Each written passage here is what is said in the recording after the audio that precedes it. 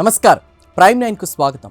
రాయలసీమలో జనసేన వేసే ఒక్కో అడుగు ఇప్పుడు వైసీపీ శిబిరంలో ప్రకంపనలు రేపుతోందా?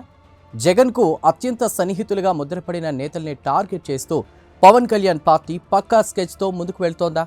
ఇప్పుడు హాట్ టాపిక్గా మారిన పేరు అనంతపురం మాజీ ఎమ్మెల్యే బి గురునాథ్ రెడ్డి. ఒకప్పుడు జగన్ కోసం ఎమ్మెల్యే పదవినే వదులుకున్న ఈ నేత ఇప్పుడు జనసేన వైపు అడుగులు వేస్తున్నారన్న ప్రచారం రాజకీయ వర్గాల్లో హీట్ పెంచుతోంది. అంతేకాదు, ఆగస్టు 25న పవన్ కళ్యాణ్ సమక్షంలో జనసేన కండువా కప్పుకోనున్నారన్న టాక్ కూడా మరింత ఆసక్తిని రేపుతోంది. అసలు గురునాథ్ రెడ్డి జనసేన వైపు ఎందుకు చూస్తున్నారు?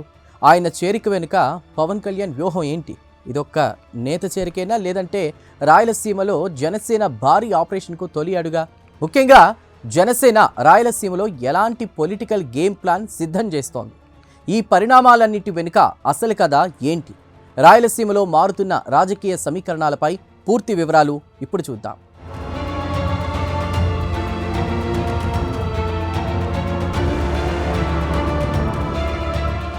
రాయలసీమ రాజకీయాల్లో జనసేన కదలికలు వైసీపీ శిబిరంలో చర్చకు దారితీస్తున్నాయి. రాష్ట్ర వ్యాప్తంగా పార్టీని బలోపేతం చేయడంపై దృష్టి పెట్టిన జనసేన ముఖ్యంగా రాయలసీమలో ప్రభావం ఉన్న పాతతరం నేతలను తమ వైపు తిప్పుకునే ప్రయత్నాలు చేస్తోందన్న ప్రచారం సాగుతోంది. స్థానిక రాజకీయ సమీకరణాలు మార్చగల నాయకులపై ప్రత్యేకంగా దృష్టి పెట్టినట్లు సమాచారం.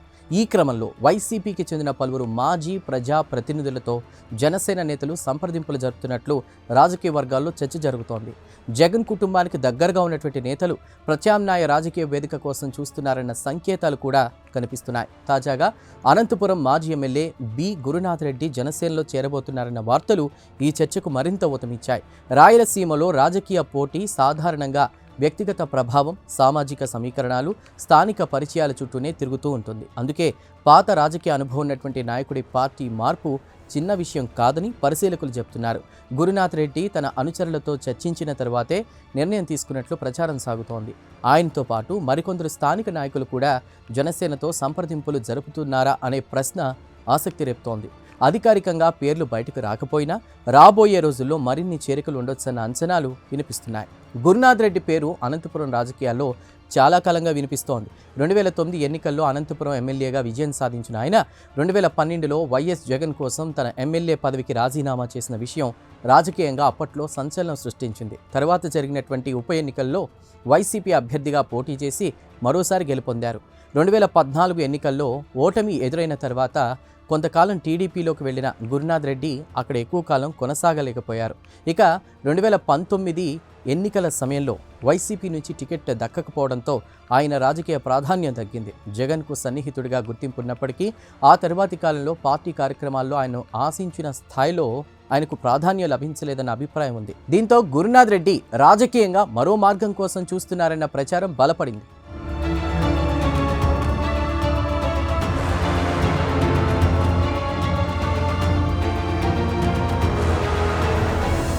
2024 అసెంబ్లీ ఎన్నికల్లో వైసీపీ ఘోర పరాజయం తర్వాత పరిస్థితులు మరింత మారాయి. అధికారంలో ఉన్న సమయంలో మౌనంగా కొనసాగిన పలువురు నేతలు ఇప్పుడు తమ రాజకీయ భవిష్యత్తుపై కొత్తగా ఆలోచిస్తున్నట్లు తెలుస్తోంది.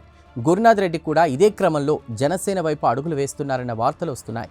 జనసేనలో కీలక పాత్ర పోషిస్తున్న మాజీ మంత్రి బాలినేని శ్రీనివాసరెడ్డితో ఆయన సంప్రదింపులు జరిపినట్లు రాజకీయ వర్గాలు చెబుతున్నాయి. పార్టీలో చేరికకు సంబంధించిన చర్చలు దాదాపు పూర్తయ్యాయని, ఆగస్టు 25న జనసేన అధినేత పవన్ కళ్యాణ్ సమక్షంలో గురునాథ్ రెడ్డి పార్టీ కండువా కప్పుకోనున్నట్లు ప్రచారం జరుగుతోంది. అయితే ఈ విషయంపై అధికారిక ప్రకటన వెలువడాల్సింది.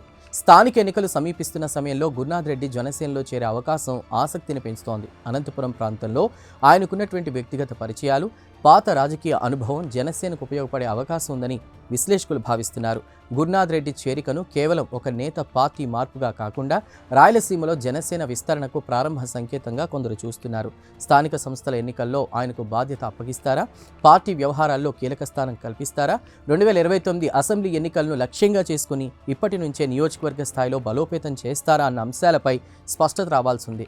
జనసేన వ్యూహంలో ఆయన పాత్ర ఎలా ఉండబోతుందన్నది కూడా ఆసక్తికరంగా మారింది.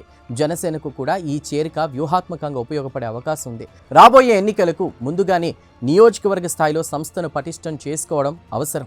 ప్రజల్లో పరిచయం ఉన్న నేతలను కలుపుకోవడం ద్వారా స్థానికంగా పార్టీకి కొత్త బలం సమకూరవచ్చని భావిస్తున్నారు. అయితే ప్రతి చేరికకు పదవి, టికెట్, ఎన్నికల హామీ ఉంటుందనే అర్థం చేసుకోవడం సరికాదు. ముందుగా నాయకుడి రాజకీయ సామర్థ్యం, స్థానిక ప్రభావాన్ని పరిశీలించిన తరువాతే బాధ్యతలు నిర్ణయించే అవకాశం ఉందన్న చర్చ ఉంది. గురునాథ్ రెడ్డి చేరికపై వస్తున్నటువంటి ప్రచారం నిజమైతే వైసీపీకి రాజకీయంగా ఇది గమనించదగ్గ పరిణామమే అవుతుంది.